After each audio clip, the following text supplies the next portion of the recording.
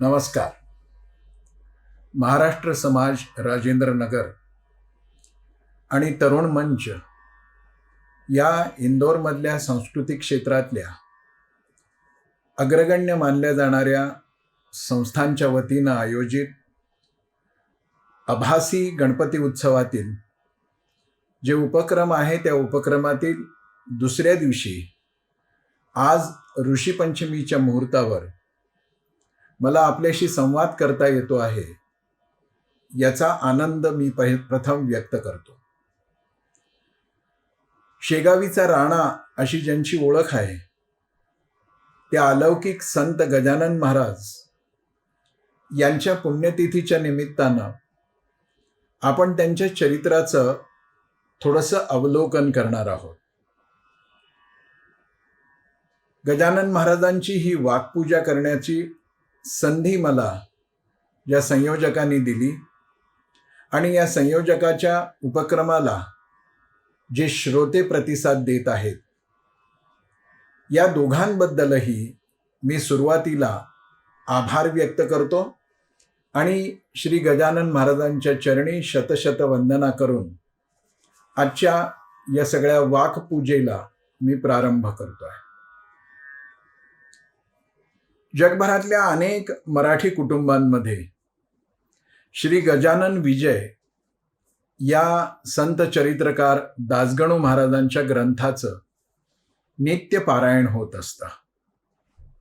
आता तर अमराठी लोकही हळूहळू गजानन महाराजांच्या एकूण सगळ्या चरित्राकडे आणि ह्या तीर्थक्षेत्र शेगावकडे आकर्षित व्हायला लागलेले आहे. नेहमी एक गोष्ट अशी घडते की एखादा श्रेष्ठ पुरुष, ज्येष्ठ पुरुष आपल्या जीवनकाळामध्ये असामान्य अलौकिक असं कार्य करून जातो आणि त्याच्या अवतार कार्याच्या पूर्तीनंतर हळूहळू त्या चरित्रामध्ये शिथिलता यायला लागते आणि मग त्याच्या भोवती सगळंच एक गूढ म्हणा, गौड बंगालाचं म्हणा किंवा अगदी अलीकडच्या भाषेत बोलायचं झालं तर व्यापारीकरणाचं वातावरण निर्माण व्हायला लागतं. तो श्रेष्ठ पुरुष देहरूपामध्ये असतो तोपर्यंत सगळं ठीक आहे आणि म्हणूनच एखाद्या पुरुषाच्या श्रेष्ठतेचं मोजमाप काय असू शकतं, त्याची श्रेष्ठता कशी पडताळता येते, तर त्यांनी देह सोडल्यानंतर त्याचे अनुयायी, त्यांचे भक्त यांचं आचरण कसं आहे हे पाहून आपल्याला ठरवता येतं की त्या व्यक्तित्वाचा संस्कार काय होता, ती शिकवणूक नेमकी काय होती, ती किती जनमानसामध्ये रुजलेली होती. दुसरा एक भाग आहे की संत सत्पुरुषांच्या विषयी एक सर्वसाधारण कल्पना समाज मनामध्ये दृढ असते. ते म्हणजे काहीतरी गंडे दोरे, काही चमत्कार, काही अद्भुत अनाकलनीय गोष्टी आणि नव्या शिक्षित पिढीच्या दृष्टीने तर अविश्वसनीय गोष्टी, अशा गोष्टींनी त्यांचं चरित्र भरलेलं असतं. साधारण स्थितीमधला भाविक अशा गोष्टींच्याकडे आकर्षित होतो, ही गोष्ट खरी आहे. पण केवळ एवढंच जर आपण संतांचं, सत्पुरुषांचं चरित्र आहे असं समजायला लागलो तर घोटाळा होतो. या दोन्हीही निकषावरती गजानन महाराजांच्या संस्काराचं, शिकवणुकीचं, त्यांच्या जीवन कार्याचं मोजमाप करायला लागल्यानंतर आपल्याला एकच वाक्य त्यांच्या बाबतीत म्हणता येतं की हे एक अलौकिक श्रेष्ठ पुरुष, अलौकिक संत पुरुष होऊन गेले. आज शेगावमध्ये जे लोक जातात त्यांचा अनुभव काय येतो? कुठल्याही तीर्थक्षेत्रावरती असतं तसं पवित्र वातावरण तर तिथे आहेच, पण शेगावमध्ये नव्या जुन्याचा एक सुंदर संगम आपल्याला दिसून येतो. हा सुंदर संगम नव्या कल्पना आणि जुन्या परंपरा या दोन्हींनाही व्यवस्थित हातात घेऊन पुढे निघालेला आहे असं दिसतं. केवळ धार्मिक उपचार, धार्मिक कर्मकांड यात हे तीर्थक्षेत्र अडकलंय असं तुम्ही भक्त असा किंवा नसा तुम्हाला वाटणार नाही. कारण काय इतके उपक्रम आहेत तिथे अगदी शिक्षणापासून आरोग्यापर्यंत वेगवेगळ्या क्षेत्रामध्ये हे गजानन महाराज देवस्थान कार्यरत आहे असं आपल्या लक्षात येतं.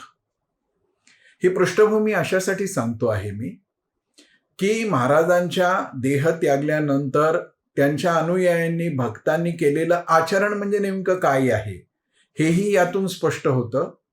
आणि महाराजांच्या शिकवणुकीचा परिणाम समाजाभिमुख संस्कार केंद्र म्हणून कसा झाला आहे हेही आपल्याला यातून पाहता येतं. एरवी एखाद्या अशा श्रेष्ठ धर्मस्थळाची किंवा तीर्थक्षेत्राची मतिमंदांच्यासाठी निवासी विद्यालय सुरू करण्याची काय गरज आहे, पण ते केलेलं आहे त्यांनी. वनवासी आदिवासी लोकांच्या विकासासाठी हे देवस्थान कार्यरत आहे. अपंगांच्या पुनर्वसनासाठी हे काम करत आहे. हे सगळे पैलू पाहिल्यानंतर भूतदया हा संतांच्या जीवनातला मूळ विचार जो आहे तो त्यांच्या अनुयायांनी आजवर कसा सांभाळलेला आहे हे आपल्या लक्षात येतं. मोबाईल हॉस्पिटल, ज्याला चल रुग्णालय म्हणता येईल, असं रुग्णालय हे संस्थान चालवतं. एवढंच नाही तर व्यसनमुक्तीचं केंद्र करतं. युवकांचं आध्यात्मिक पातळीवरचं एकत्रीकरण या संस्थानाच्या वतीनं केलं जात आहे. आणि दुष्काळ असो, महापूर असो, इतर आपत्ती असो, या काळातही पुढं येऊन अगदी आता वर्तमानातल्या ह्या महामारीच्या काळातही या संस्थानानं जे सहाय्य केलेलं आहे ते अचंबित करून टाकणार आहे. असं शेगाव आणि अशा शेगावीचा हा अलौकिक संत श्री गजानन महाराज महाराष्ट्रातल्या विदर्भामध्ये वराड प्रांतामध्ये खामगाव तालुक्यातलं शेगाव नावाचं गाव, नागपूर मुंबई लोहमार्गावरती शेगाव हे रेल्वे स्थानक आहे. या शेगावामध्येच गजानन महाराजांचं प्राकट्य झालं. त्यांचा जन्म कुठे झाला, कधी झाला, त्यांचे आई वडील कोण होते याची इतिहासाला माहिती नाही आणि आवश्यकताही नाही. आणि म्हणून गजानन महाराज प्रकटले तेच मुळी या शेगावमध्ये. ऐन तारुण्या भीतरी, दासगणू महाराजांनी जे वर्णन केलेलं आहे ते असं, ऐन तारुण्या भीतरी गजानन आले शेगाव नगरी. शेगाव नगरामध्ये ते अचानक एक दिवशी ऐन तारुण्यामध्ये असताना प्रकट झाले. त्यामुळं त्यांची जयंती, जन्मतिथी ही ज्ञात नाहीये. खरंच त्यांचा जन्म कुठे झाला, ते कधी जन्माला आले, त्यांचं कुळ कोणतं, त्यांचे आई वडील कोणते, त्यांचा परिसर काय, कशाविषयीची माहिती नाही आहे. त्याची गरजही नाही आहे. पण ते प्रकट झाले हा दिवस जयंती म्हणून नाही तर प्रकट दिन म्हणून साजरा केला जातो.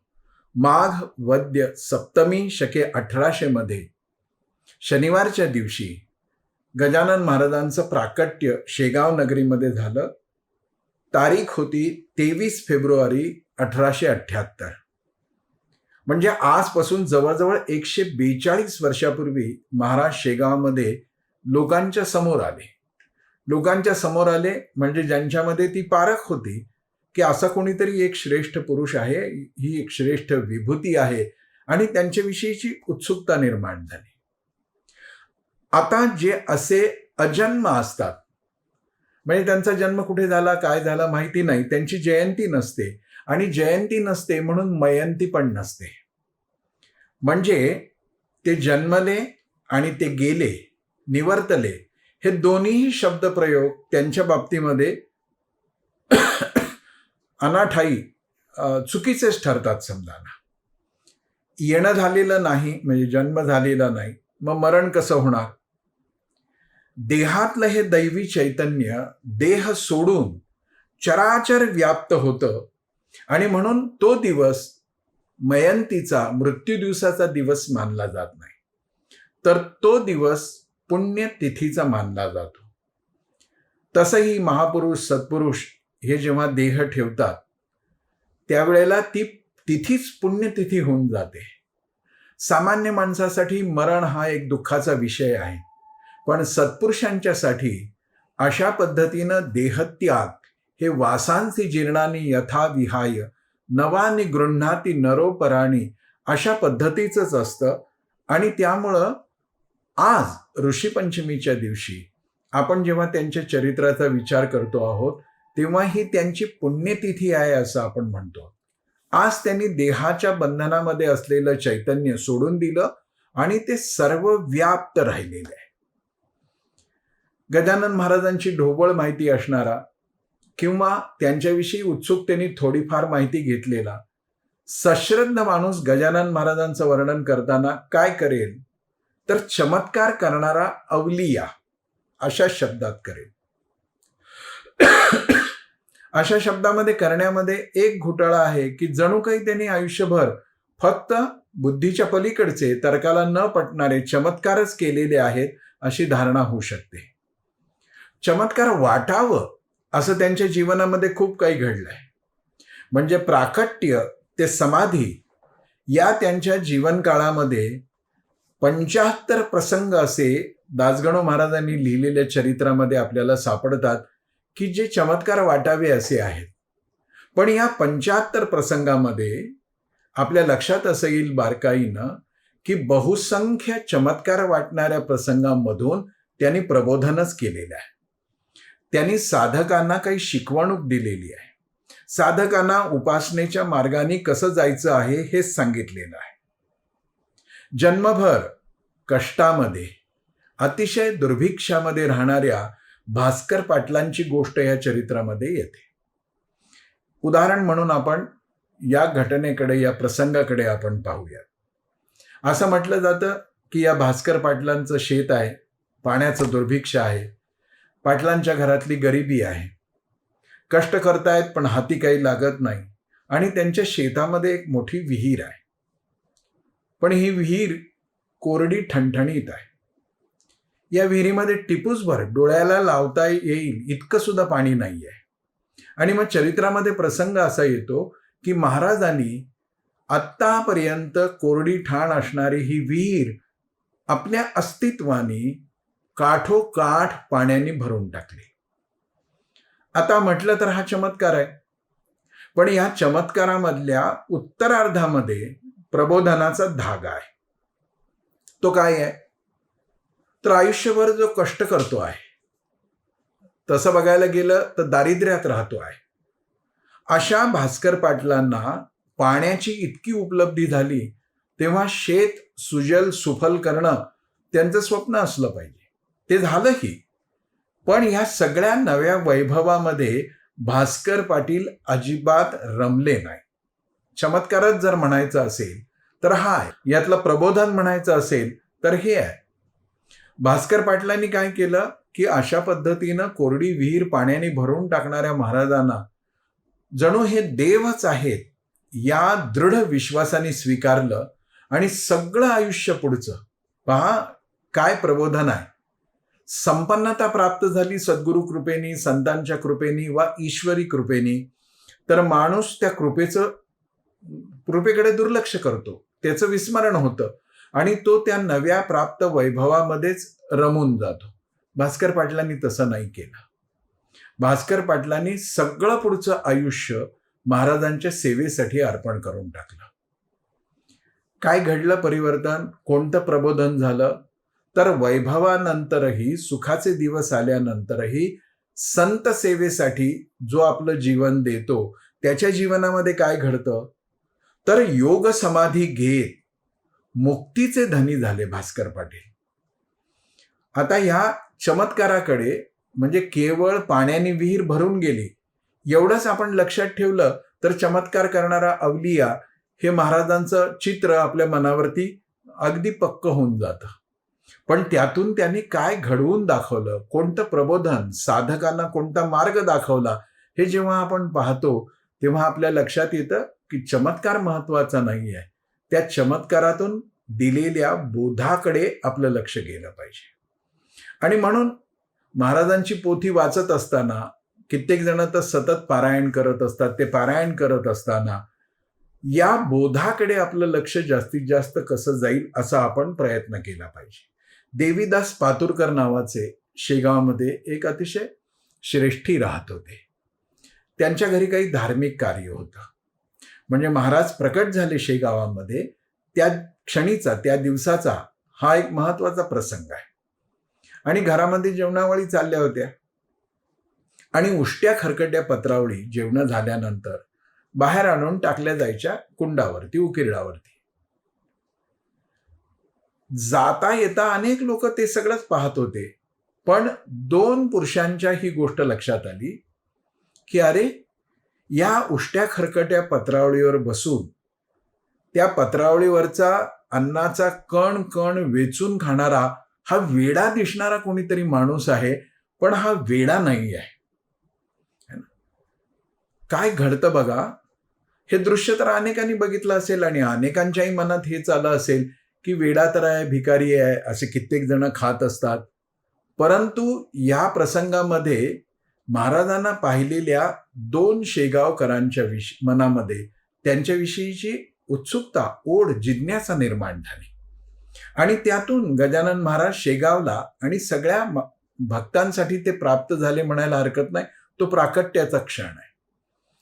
आता पातुरकर हे इतके श्रेष्ठ होते की जर महाराजांनी म्हटलं असतं किंवा महाराजांच्या वतीनं कोणी म्हटलं असतं किंवा त्या पातुरकरांच्या घरातल्या कोणी असं सांगितलं असतं की जेवणाचं एक ताट आपण बाहेर बसलेल्या ह्या पुरुषालाही दिलं पाहिजे, तर सर्वच्या सर्व जे घरात शिजलेलं आहे ते उत्तम आणि भरपेट महाराजांच्या समोर आणून ठेवलं असतं. पण महाराज काय करत होते? त्या पत्रावळीवरच्या उष्ट्या अन्नातल्या कणाकणाचा स्वाद घेत होते. म्हटलं तर हा चमत्कार वाटेल कोणाला की असं कसं काय? पण याच्यामध्येही, या प्रसंगामध्ये भले चमत्कार नाही वाटला तरी या प्रसंगामध्ये अन्नम न निंद्यात या उपनिषदाच्या शिकवणुकीचा संस्कार महाराज घडवत आहे.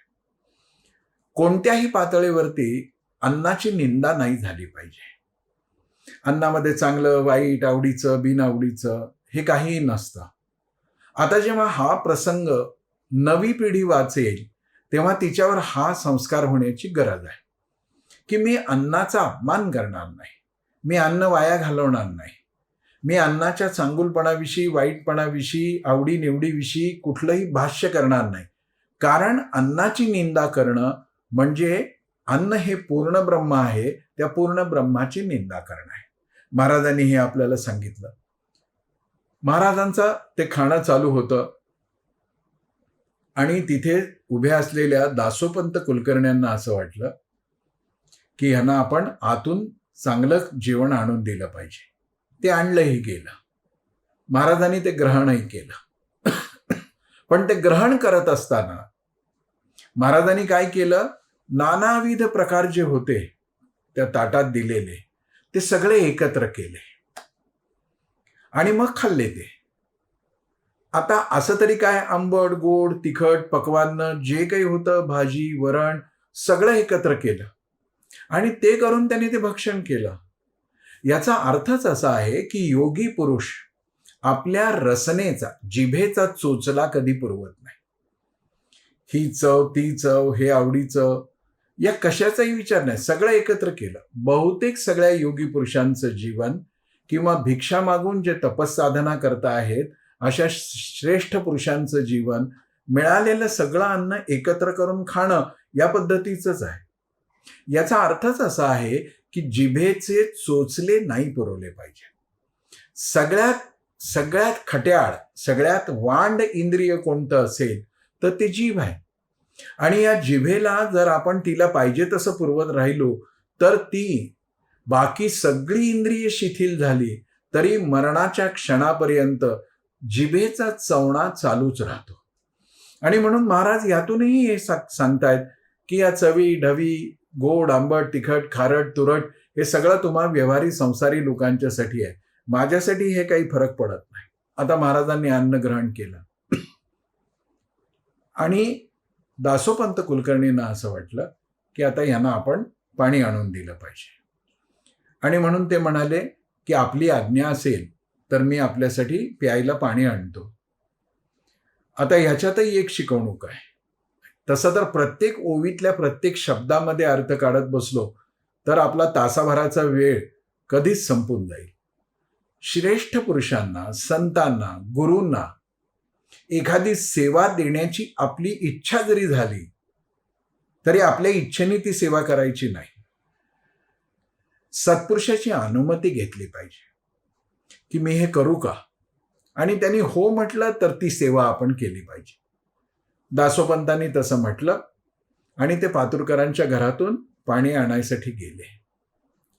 तेवढ्यात महाराज तिथून उठले आणि त्यांनी पाहिलं की तिथे गुराढोरांना पिण्यासाठी पाण्याचा एक डोण आहे आणि तिथलं पाणी गुरढोरं पित आहे. महाराज उठले आणि त्यातलं गढूळ पाणी प्यायला सुरुवात करतायत. तेवढ्यात दासोपंत आले आणि ते म्हणाले, थांबा थांबा, हे काय करताय तुम्ही? तुमच्यासाठी चांगलं पाणी आणलंय, हे गढूळ पाणी तुम्ही का पिता? महाराजांना काय शिकवायचं आहे, इकडचं आपलं लक्ष थोडं सुद्धा विचलित नाही झालं पाहिजे. महाराज असं म्हणतायत, पाणी तरी तोच आहे, निर्मळ गढूळ तोच आहे, सुवास कुवास दोन्ही हे, रूप त्याचे निसंशय. काय गढूळ, काय निर्मळ, काय चांगलं वास येणारं, काय घाण वास येणारं, हे सगळं तुम्हाला जे वेगवेगळं दिसतंय ना, तसं मला ते दिसत नाहीये. कारण पाणी तरी तोच आहे. पाणी दुसरं कोण आहे? ते परब्रह्मच आहे ना. हे पाणी तो परब्रह्म आहे. निर्मळ आणि गढूळ त्याला तुम्ही काही म्हणा, तेही तोच आहे. आणि मग त्याच्यामध्ये सुवास किंवा कुवास हे दोन वेगळे प्रकारही तोच आहे ना. कुवासाच्या माध्यमातून कोणती चेतन आहे, सुवासाच्या माध्यमातून कोणती चेतन आहे? ते परब्रह्मच आहे, ते अंतिम सत्यच आहे, ते त्यातून येतं आहे. रूप त्याचे निसंशय. महाराज वासुदेव सर्वमितीचा हा विचार, हे वैदिक तत्वज्ञान किती साध्या लीलेतून दाखवत आहेत. म्हटलं तर वेडाचार वाटेल, पण ह्या वेडाचारातही जगातलं अवघं शहाणपण देण्याची त्यांची ही क्षमता पाहिली की आपण अचंबित होऊन जातो. लोकव्यवहारामध्ये जेवणानंतर चांगलं पाणी पिणं ही पद्धत असतेच, आणि त्यामुळं महाराज दासोपंत कुलकर्णी नाही हेच म्हणतात की हो, तुम्हाला आणायचं असेल तर आणा. पण ह्यातही एक गूढ अर्थ आहे. जेवल्यानंतर पाणी प्यायचं असतं हे खरंच आहे, पण परंपरेमध्ये असं म्हटलं गेलेलं आहे की ज्ञान हेच अन्न आहे आणि भक्ती हे पाणी आहे. आता ज्ञानाचं अन्न जर पचायचं असेल तर भक्तीचा रस आवश्यक आहे, भक्तीचं जल आवश्यक आहे.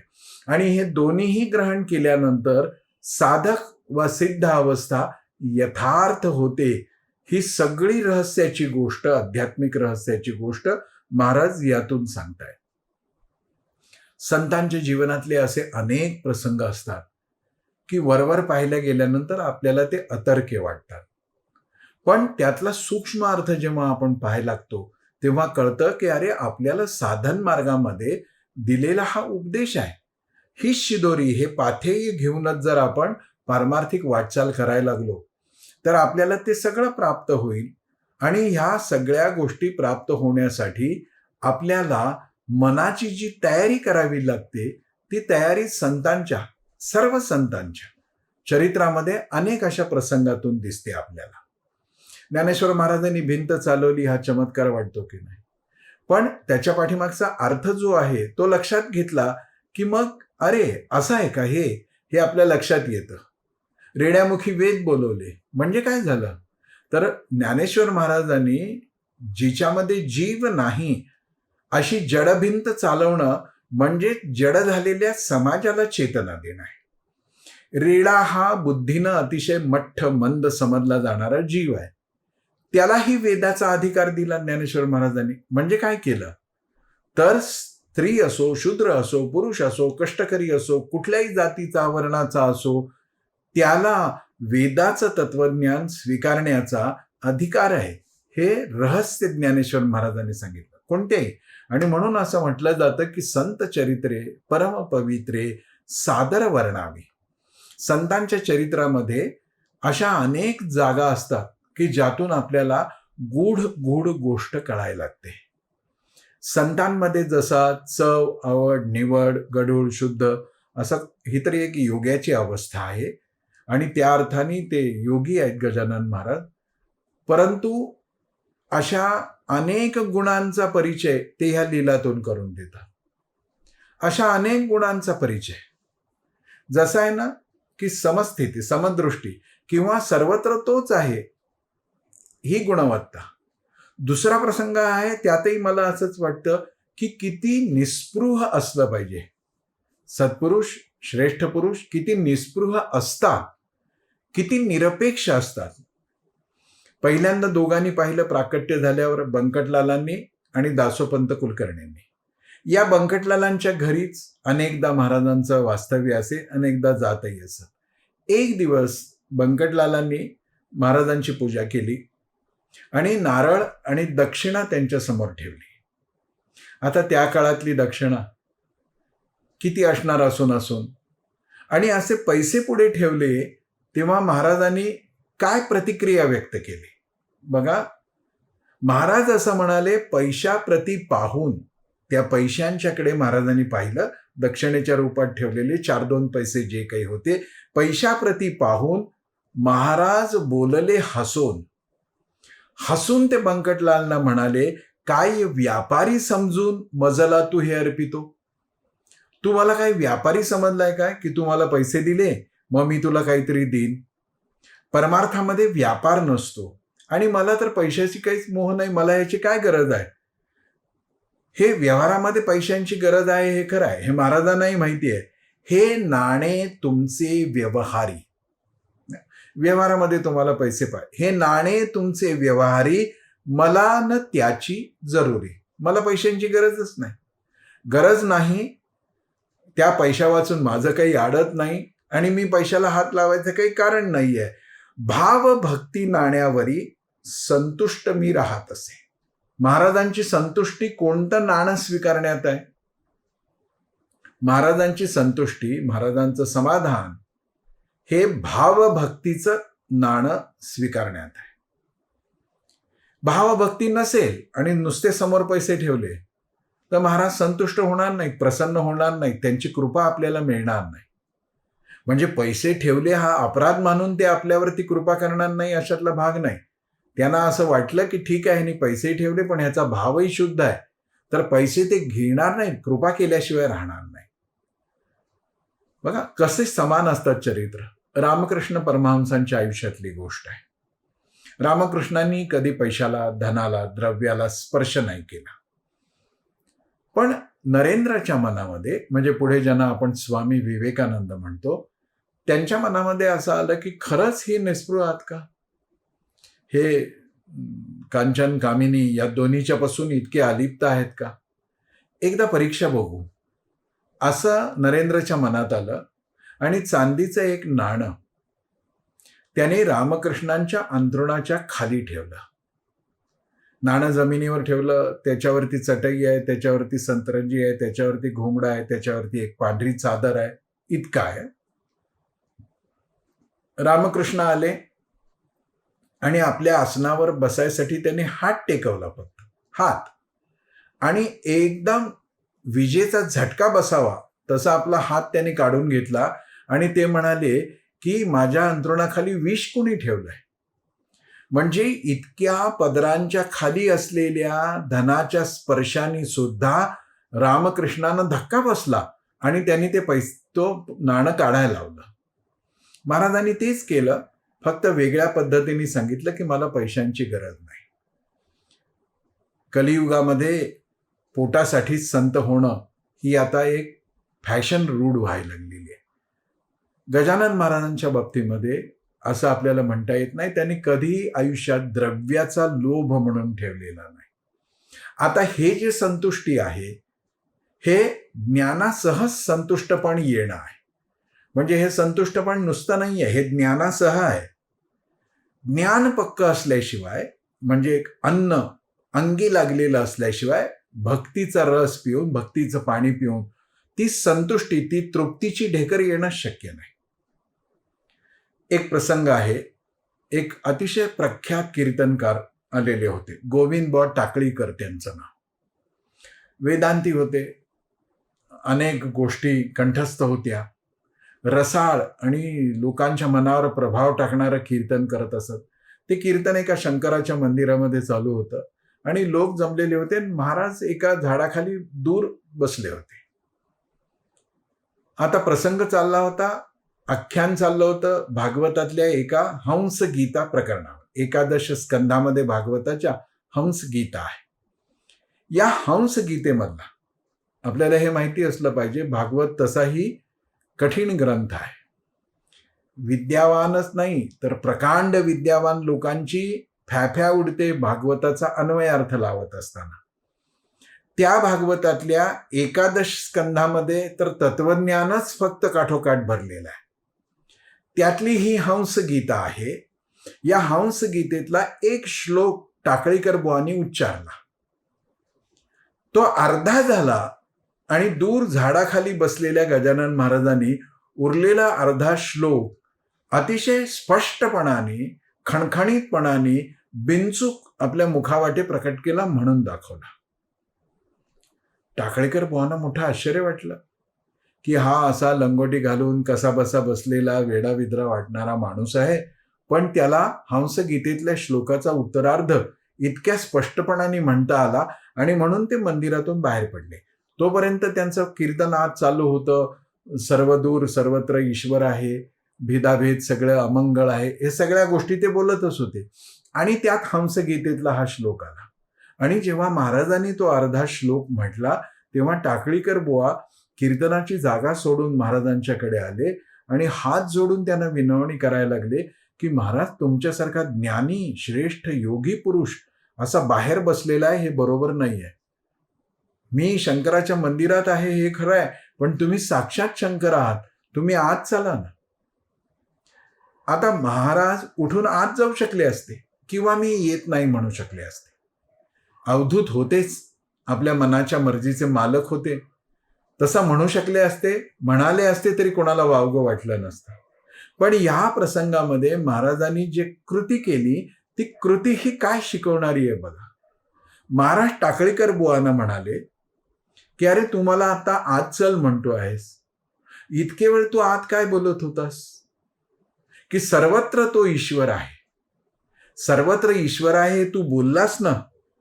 तू इतक्यात प्रतिपादिले अवघे ईश्वरे व्यापिले. काय सांगितलंस तू आत की सगळं चराचर ईश्वराने व्यापलेलं आहे, बोललास ना तू. तू इतक्यात प्रतिपादिले, आताच तर तू सांगितलं की अवघे ईश्वरे व्यापिले, आत बाहेर काही न उरले, मग ऐसा हट्ट का. आत बाहेर काय उरलं? मी बाहेर बसलो काय? मी आत असलो काय?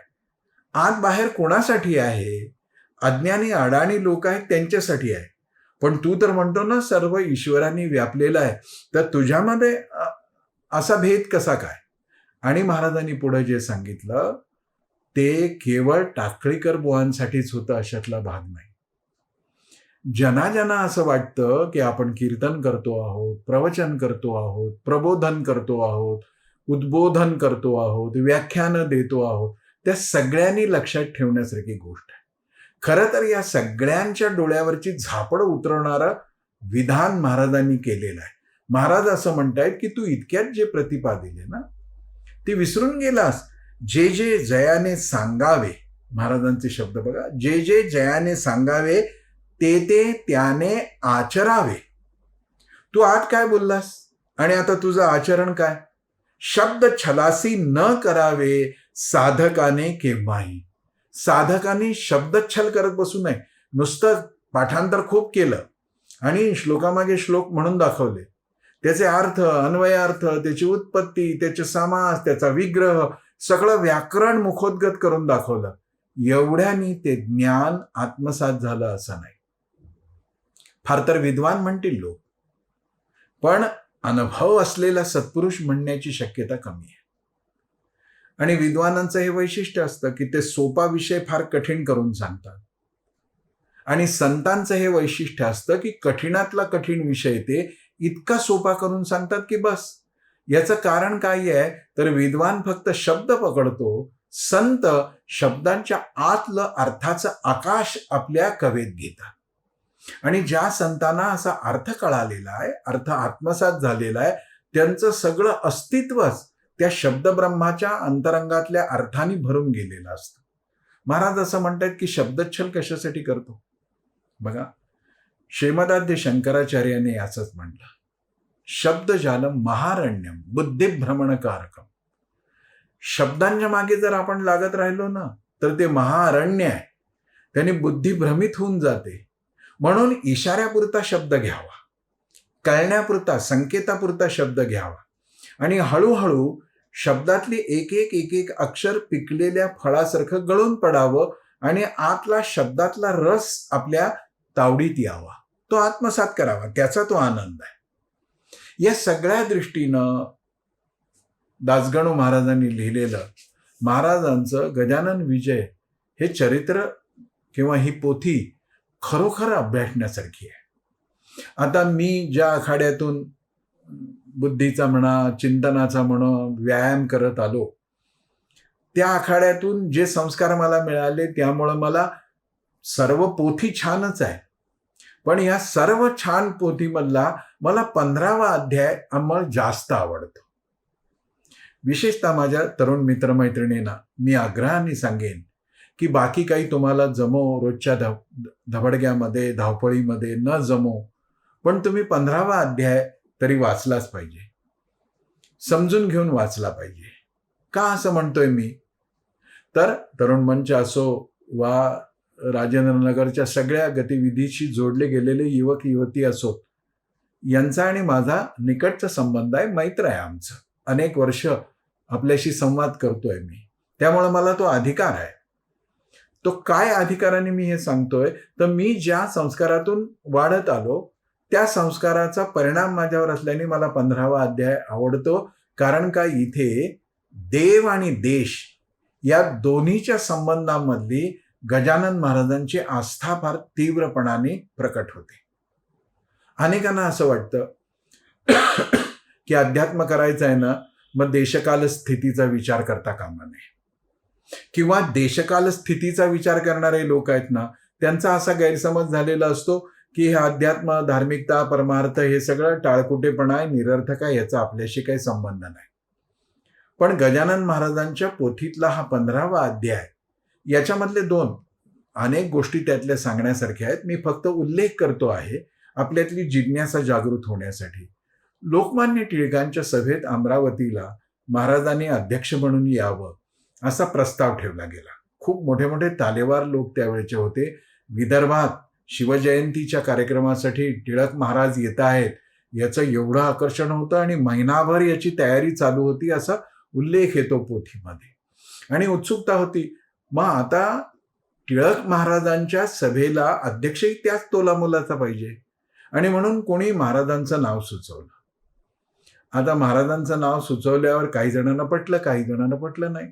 ते म्हणाले की हे येतील आणि समजा दिगंबर अवस्थेतच आले तर, तिथे बसून चिलीम सोडायला लागले तर, तिथे बसून काही वेडवाकडंच बोलतील तर, सगळ्या सभेचा डाव आहे ना, विस्कटण्याचा धोका आहे, असं काही जणांनी म्हटलं. पण भवती भवती होऊन शेवटी महाराजांना बोलवायचं ठरलं. महाराज आलेही. महाराज सगळं भाषण शांतपणे ऐकत होते आणि टिळकांनी छत्रपती शिवाजी महाराजांच्या माध्यमातून इंग्रजी सत्तेवरती असे आसूड ओढले की सगळी सभा थर्र होऊन गेली. महाराजांनी हे सगळं भाषण ऐकल्यानंतर म्हटलं की टिळक चांगलं बोलले, पण ह्याची किंमत त्यांना मोजावी लागेल. बघा काय दिसत असतं, जे न देखे रवी सो देखे कवी, पण कवीलाही जे दिसू शकत नाही ते महात्म्यांना दिसतं. आता म्हटलं तर हा भविष्याचा वेध घेण्याचा चमत्कारच आहे. आणि मग याच्यावरच खटला झाला आणि टिळकांना तुरुंगामध्ये मंडालेलं टाकलं गेलं. पण हे सगळं होत असताना महाराज असंही म्हणत होते, पोथीमध्ये जो उल्लेख येतो तो मला महत्वाचा वाटतो, की ते जरी दूर गेले म्हणजे मंडाल्यामध्ये गेले आणि तिथे त्यांना कारावासात राहावं लागणार असलं, तरी तिथे त्यांच्या हातून अभूतपूर्व कार्य घडणार आहे. टिळकांनाही कल्पना नसेल. त्यावेळेला महाराज हे भाकीत करत होते. चमत्कार आहे की नाही? आहे. पण ज्याच्याकडे दिव्य दृष्टी आहे त्याच्यासाठी चमत्कार काय? आपल्याला जसं 10 पावलावरचं दिसतं तसं हजारो योजनेपलीकडचं सुद्धा या संतांना दिसू शकतं. याच जन्मातलं नाही, पुढच्याही जन्मातलं दिसू शकतं, मागच्याही जन्मातलं दिसू शकतं. आणि इतिहास साक्ष आहे की मंडालेच्या कारागृहामध्ये कसल्याही सुविधा नसताना, सगळ्या अडचणी असताना लोकमान्य टिळकांच्या हातून गीता रहस्य नावाचा एक अपूर्व ग्रंथ निर्माण झाला. अलौकिक कार्य आहे हे. कार्य त्यांच्या हातून घडण्यासाठी जणू नियतीनं टिळकांना हा तुरुंगवास घडवून आणलाय. महाराजांना हे सांगायचं. आणि मग तिथे ते गीता रहस्य झालं. समजा मंडाले टिळक इतके शांतपणे नसते, म्हणजे ही शांती त्यांना मिळाली नसती, तर गीता रहस्यासारखा तत्वज्ञानावरचा श्रेष्ठ ग्रंथ आपल्या हाती लागला असता का? नियती बरोबर काही ना काहीतरी खेळी करत असते, चाल चालत असते आणि ह्याची जाणीव संत पुरुषांना असते. अशीच एक गोष्ट आहे की श्रीधर काळे नावाचे एक कोल्हापूरचे गृहस्थ होते. त्यांच्या मनामध्ये खूप काही करावं, देशासाठी राष्ट्रासाठी काही करावं, नवं तंत्रज्ञान आत्मसात करावं, अमुक. आणि यातून त्यांच्या मनामध्ये विचार यायला लागले की परदेशी जावं आणि परदेशी जाऊन ही सगळी नवी विद्या, तंत्रविद्या जी आहे, टेक्नॉलॉजी म्हणू आजच्या भाषेत, ही समजून घ्यावी आणि आपल्या देशाला काही ना काहीतरी त्यातून मिळावं. पण आता परदेशी जाणं काही सोपं आहे का? पैसा लागणार, व्यवस्था आहेत, परवानगी आहेत, सगळ्या गोष्टी आहेत. आणि म्हणून सहज भावाने ते महाराजांच्या दर्शनाला आले आणि महाराजांना त्याने हा विषय सांगितला. महाराजांनी सगळं ऐकून घेतलं आणि ते म्हणाले की तू हे कशासाठी करतोयस? तुला ह्या सगळ्या भौतिक शास्त्राचं ज्ञान घ्यायला परदेशी जायची गरज काय आहे? बघा, आता जो माणूस इतरांना वेडा वाटतो आहे, वेड्यासारखंच वागतो आहे, हे खरं तर एक बालसदृश एक वेगळा प्रकारचा उन्माद असतो. त्याच्यामध्ये असणाऱ्या महाराजांना हे सगळं म्हणत असताना महाराज त्यांना काय म्हणाले बघा, भौतिक शास्त्रापेक्षाही योगशास्त्र मोठं आहे, त्याचा तू अभ्यास कर. योगशास्त्रापेक्षाही अध्यात्मशास्त्र मोठं आहे, त्याचा तू अभ्यास कर. आणि पटवून दिलं की तुला परदेशात जाऊन हे सगळं शिकण्याची गरज काय आहे? अरे आपल्या देशामधल्या ऋषीमुनींनी असे असे शोध लावलेले आहेत, त्याचा तू अभ्यास कर. मग त्याच्यामध्ये योगशास्त्र आहे, अध्यात्मशास्त्र आहे, यात तुला भौतिकशास्त्राचेही कितीतरी गोष्टी समजतील. आता हे सगळं महाराज सांगतायत, याचा अर्थ हे सगळं ज्ञान त्यांच्याकडे आहे. या आणि अशा सगळ्या कथांचा गाभा आहे 15वा अध्याय या पोथीतला. आणि राष्ट्र महाराजांच्या चित्तातही कसं होतं आणि अध्यात्मही कसं होतं त्याचं ते प्रमाण आहे. महाराजांच्या मध्ये निस्पृहता होती, निरपेक्षता होती, बोध देण्याचा अलौकिक हातोटी होती, हे सगळं आहे. ज्ञान आणि भक्तीचं परिपूर्ण योगी जीवन त्यांचं होतं. याच्या बरोबरीनं अंतर्ज्ञानी म्हणजे काय असू शकतं?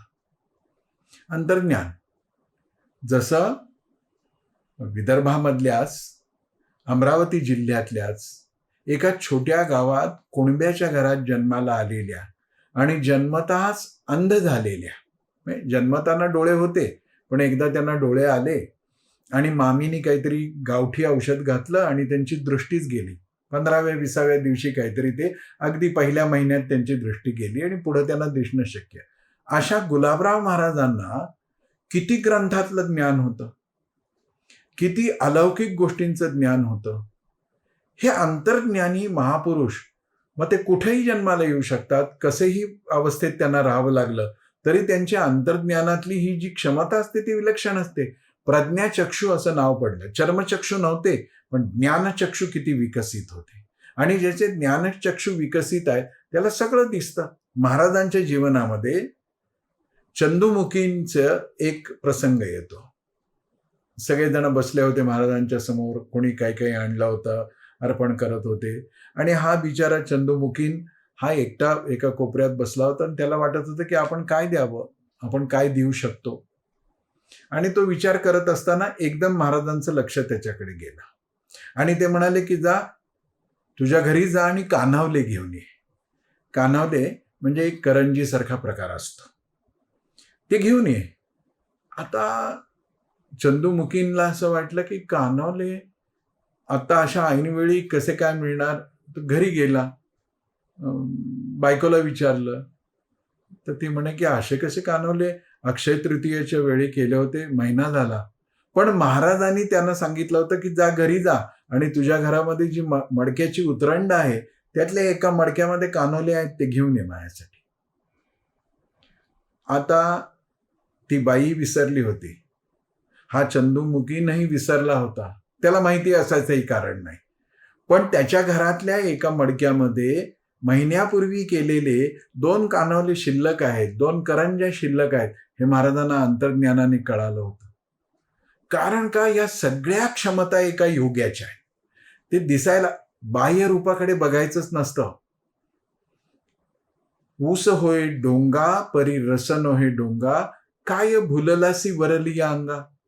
चोखामेळांनी म्हटलंय ना, ऊस वेडावाकडा असतो म्हणून काय रस वेडावाकडा असतो काय. वरल्या अंगाकडे बघून भुलायचं नसतं. महाराज असे अवधूत होते, उन्मनी अवस्थेमध्ये होते, ब्रह्मस्थितीमध्ये होते. त्यामुळे त्यांच्या बाह्य रूपाकडे पाहिलं तर लोकांना कळणारच नव्हतं. पण बंकटलाल आणि दासोपंत असे भाग्यवान होते. बंकटलाल तर सोन्याचा व्यापार करणारे, रत्नाचा व्यापार करणारे रत्नपारखी होते, त्यामुळे त्यांना हे रत्नही सहज कळणं स्वाभाविक आहे. पण महाराज असे होते, महिन्यापूर्वी केलेल्या कान्हवल्यांची त्यांना कल्पना होती. अशा महाराजांच्या मध्ये परम शांती होती. ते चिडत, शिष्यानं मारत, कधी कधी तर फोडून काढल्या इतकं मारत, पण आत मात्र शांतता होती.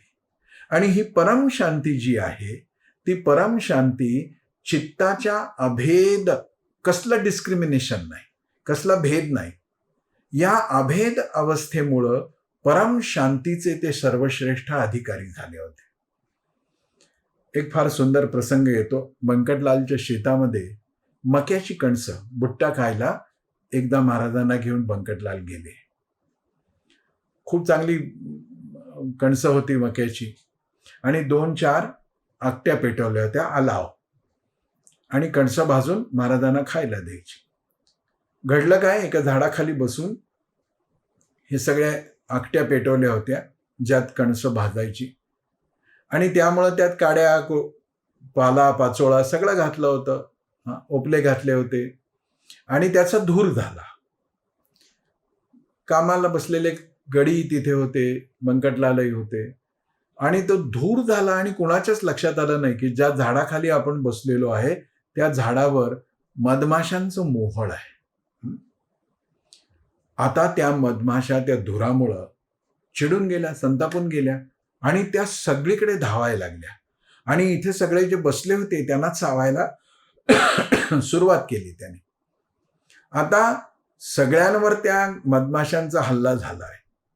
तो छत्ता होता, तो विस्कटला गेला एकदम, कारण का धुरानी. आणि मग तिथे बसलेले गडी पळायला लागले, इकडे तिकडे लपायला लागले, कोणी घोंगडी अंगावर घेतली, बंकटलालही दूर निघून गेले. प्रत्येकाला ते डसणं म्हणजे, बाकी कोणत्याही प्रकारचा हल्ला माणूस सहन करेल, पण मधमाशांनी डसणं याच्या इतकी भयंकर क्लेशदायी गोष्ट कुठली नाही. महाराज शांत बसून होते, त्यांच्या अंगावर माशा बसल्या होत्या, चावतही होत्या. आणि थोड्या वेळाने बंकटलालांना वाईट वाटलं की आपण महाराजांना एकट्याला सोडून असे निघून आलो, म्हणून बंकटलाल आले. प्रसंग असा आहे की सगळ्या माशांना महाराजांनी सांगितलं की जा बरं आपल्या आपल्या घरी जा, आणि त्या सगळ्या त्या मोहळामध्ये जाऊन बसल्या. महाराजांच्या अंगावर तर त्या माशा होत्या. बंकटलालांना तर वाईट वाटलं, पण महाराज हसून काय म्हणाले, बघा अभेद अवस्थेमध्येच परम शांती शक्य आहे. मी अशांत असतो ना ते इतरांच्यामुळे नाही, माझ्या मनात भेद निर्माण झाला की मी अशांत व्हायला लागतो, आणि अशी अभेद अवस्था असेल की परम शांतीचं धनी होतं. महाराज असं म्हणाले, माशी तरी मीच झालो, गढूळ पाण्याविषयी जसं म्हणाले, माशी तरी मीच झालो. माशी माझ्यापेक्षा काय वेगळी आहे का? माशी तरी मीच झालो, मोहळ तेही मीच झालो. तो छत्ता मधुमख्यांचा तेही मीच झालो. कणसे खाया मीच आलो, मीच आलो ना कणसं खायला. कणसे तेही रूपे माझी, कणसं तरी माझ्यापेक्षा वेगळी कुठं आहे? म्हणजे मीच माशी, मीच छत्ता, मीच मधुमक्खी, मीच कणस, मीच खाणारा, सगळं तर मीच आहे, मीच आहे. मी आहे म्हणजे मीपणा नाही आहे. अहम ब्रह्मास्मी, या महावाक्याचा हा बोध आहे. मग मीच जर सगळीकडे आहे तर मला कशाची भीती, मला काय? ऐशा विचारे आनंदात, दासगणू महाराजांनी लिहिलंय, ऐशा विचारे आनंदात महाराज राहिले डोलत. बघा, ते सर्व शक्तीनिशी ते डसणं सहन करतायत अशातला भाग नाही. महाराज राहिले डोलत. एकनाथ महाराजांचा शब्द आहे ना, आनंदे डुल्लतू. तसा आनंदाने. वेदना कोणाला? वेदना कोणाकडून? वेदना कशा? ऐशा विचारे आनंदात महाराज राहिले डुल्लत, अंगावरी असंख्यात माशा येऊनी बसल्या. काय फरक पडतो? छत्त्यावर बसल्या काय? माझ्या अंगावर बसल्या काय? मलाही काही फरक पडत नाही, माशांनाही काही फरक पडत नाही, कारण का आमच्यामध्ये कोणताही भेदच नाही आहे. अलौकिक संत, अलौकिक सत्पुरुष गजानन महाराज असा विषय घेऊन जेव्हा आपण बोलतो आहोत, तेव्हा या अलौकिक गोष्टीमधला पारमार्थिक बोध आपण नीट लक्षात ठेवला पाहिजे. त्रास भेदानी होतो हे जर आपल्या लक्षात आलं तर आपल्या जीवनातला त्रास या क्षणी संपून जाऊ शकतो. आपण अभेद होणं. किती प्रसंगामध्ये महाराज आपल्याला जाग करतायत, सावध करतायत. बघा, एक प्रसंग आहे, कृष्णाजी पाटलांच्या मळ्यामध्ये महाराज राहत होते. चार जणांचा मळा असतो तसा तो मळा. त्या मळ्यामध्येच काही बैरागी आले, काही गोसावी आले. ती ब्रह्मगिरी गोसाव्याची ही गोष्ट आहे. आणि मग ते स्वतःच्या पांडित्याची जाहिरात करणारे, मग स्वतःच्या चमत्कारांची डिमकी टिमकी वाजवणारे, असे ते सगळे टोळी होती. ती आली, तिथे राहिली. आता ह्या गोसाव्यांचं एक व्रत असतं, त्याला अयाचित व्रत म्हणतात. म्हणजे आम्ही कोणालाकडे काही मागणार नाही, कोणी दिलं तर आम्ही खाऊ. पण दासगणू महाराजांनी इतकं सुंदर वर्णन केलेलं आहे.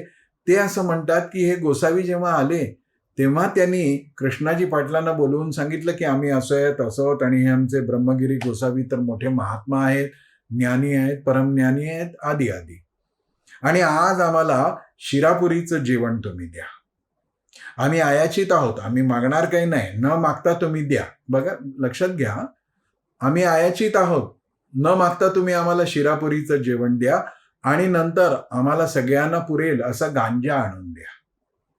दासगणू महाराजांनी वर्णन केले, शिरापुरीचे अयाचित आम्हा द्यावे तुम्ही त्वरित. आम्ही मागणार नाही.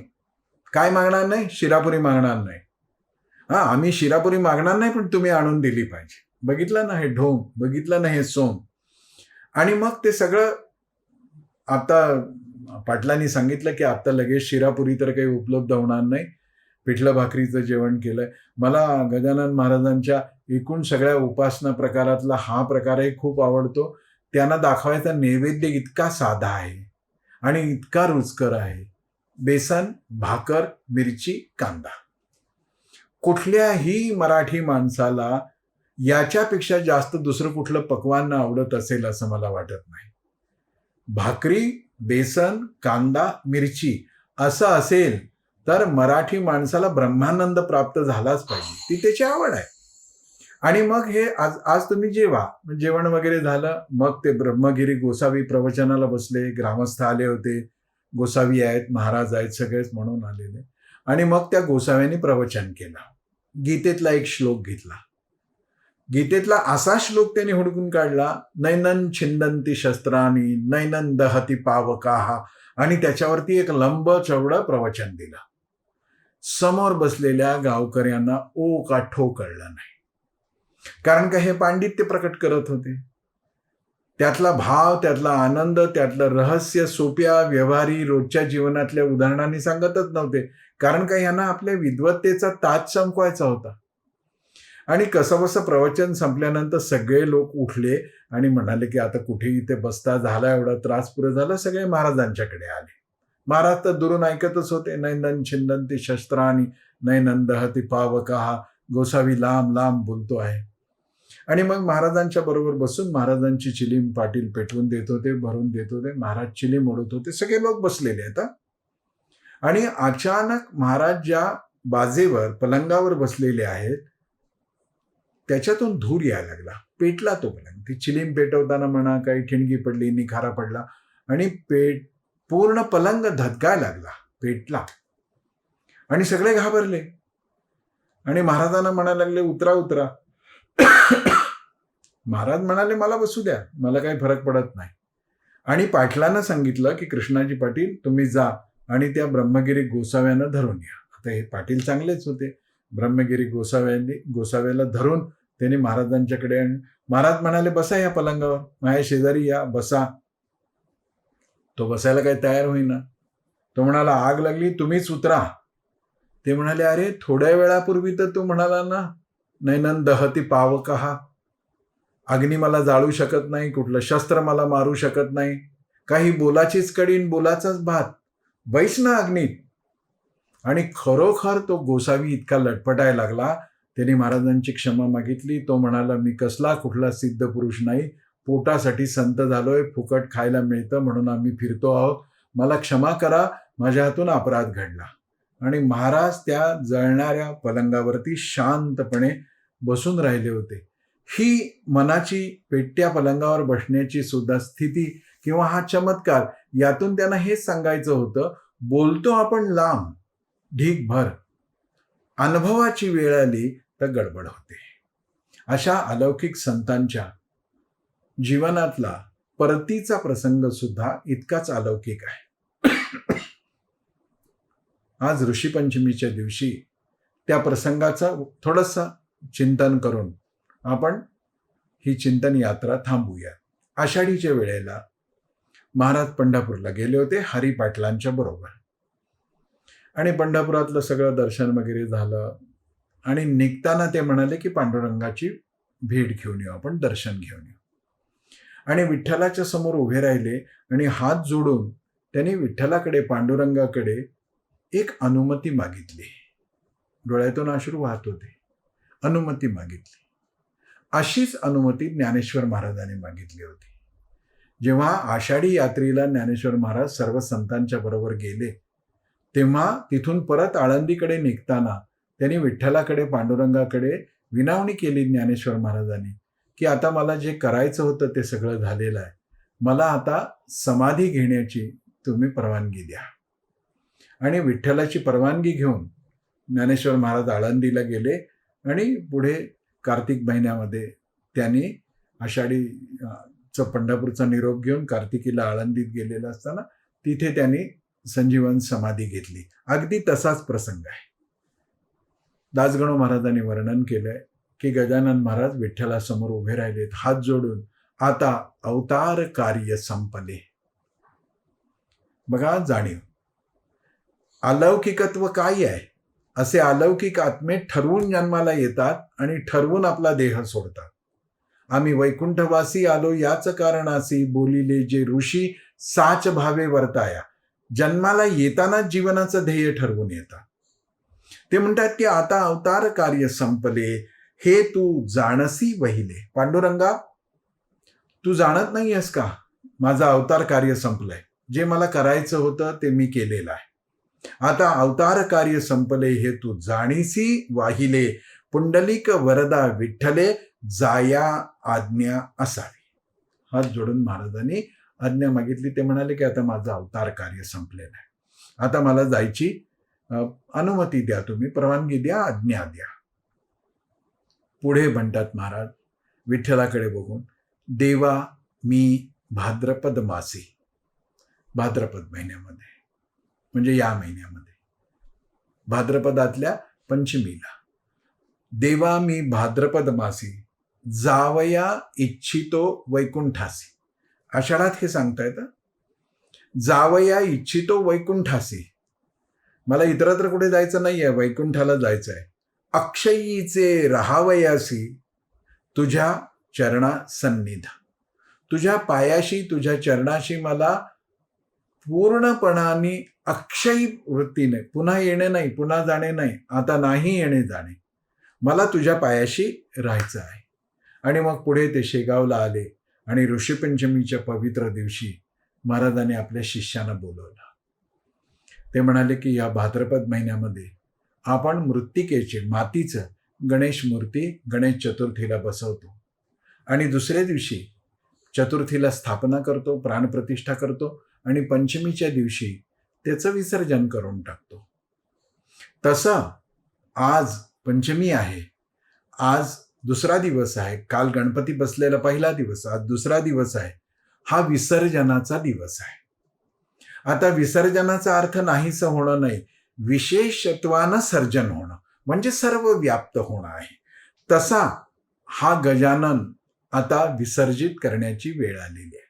गजानन त्यांचं नाव आहे. गणगणगणात भूते हा त्याने मंत्र दिलाय. तो कणाकणात आत्म्यामध्ये एकत्वानं तेच चैतन्य तो परमात्मा वसलाय असं गणगणगणात बोते या महामंत्राचा अर्थ होतो. तसा हा गजानन आहे.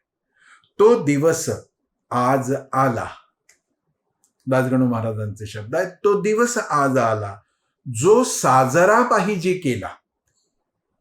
नातेवाईकांना बोलवा, व्हेंटिलेटरवर ठेवा, ऑक्सिजन चढवा, अमकं करा आणि कसंही करून वाचवा, कारण का अजून संपत्तीच्या कागदावर सह्या व्हायच्या आहेत. काही भानगड नाही. महाराज म्हणतायत की तो दिवस आज आला विसर्जनाचा, तो साजरा पाहिजे केला. साजरा करायचा आहे मृत्यू, रडायचा नाहीये, दुःख मानायचं नाहीये, साजरा करायचा आहे. या पार्थिव देहाला तुम्ही बोळवा आनंदे, आनंदानं ते करा. महाराज असं म्हणतायत, दुःख न करावे यत्किंचित, आम्ही आहोत येथे स्थित, तुम्हा सांभाळण्यासी सत्य, तुमचा विसर पडणे नसे. मला तुमचा कधीही विसर पडणार नाही माझ्या भाविकांनो, भक्तांनो. मी इथे आहे आणि तुम्हाला सांभाळण्याचं सत्य हे मी कायम स्वीकारलेलं आहे. मी तुम्हाला सांभाळण्याची जबाबदारी घेतो. श्री गजानन महाराज असं म्हणतायत की मी विसरणार नाही. पण धोका असतो आपण विसरण्याचा. संसारामध्ये इतके अडकून जातो, इतके गुरफटून जातो की आपणही सेवा करायचा शब्द संतांना दिला आहे. त्या संताचं नाव, स्थान, तीर्थक्षेत्र कोणतंही असो, हे आपण विसरून जातो. आणि म्हणूनच ते विस्मृती न व्हावी यासाठी आभासी गणेशोत्सवात का होईना, पण अशा संत चरित्रांचं लोकांना पुन्हा पुन्हा स्मरण घडवलं पाहिजे. आणि म्हणूनच या उपक्रमाच्या आयोजनामध्ये सहभागी झालेल्या प्रत्येकाचं, या उपक्रमाशी जोडल्या गेलेल्या प्रत्येकाचं मला यासाठी कौतुक करायचं आहे. महाराष्ट्र समाज असो, तरुण मंच असो, राजेंद्र नगरमधली ही उत्साही मंडळी आहेत सगळी, या सगळ्यांना मी खूप खूप साधुवाद यासाठी देतो की त्यांनी योग्य दिवशी, योग्य पर्वाला, योग्य अशा महापुरुषाचं जीवन श्रोत्यांच्यासाठी उपलब्ध करून दिलं. आणि ते करून देण्याच्या या त्यांच्या उपक्रमात माझ्यासारख्याला सहभागी होता आलं, माझ्यासारख्याला सहभागी करून घेतलं गेलं, याचंही कृतज्ञतापूर्वक मी स्मरण करतो आहे. याचा माझा आनंदही व्यक्त करतो आहे. आणि गजानन महाराजांची कृपा तुमच्या माझ्यावर सर्वांवर व्हावी. ते आपल्याला विसरणार नाही, तसं आपणही त्यांना विसरता कामा नये असा संकल्प आजच्या शुभदिनी करू आणि त्यांच्या चरणी माथा नतमस्तक करू. हरिओम तत्सत, हरिओम तत्सत, हरिओम तत्सत.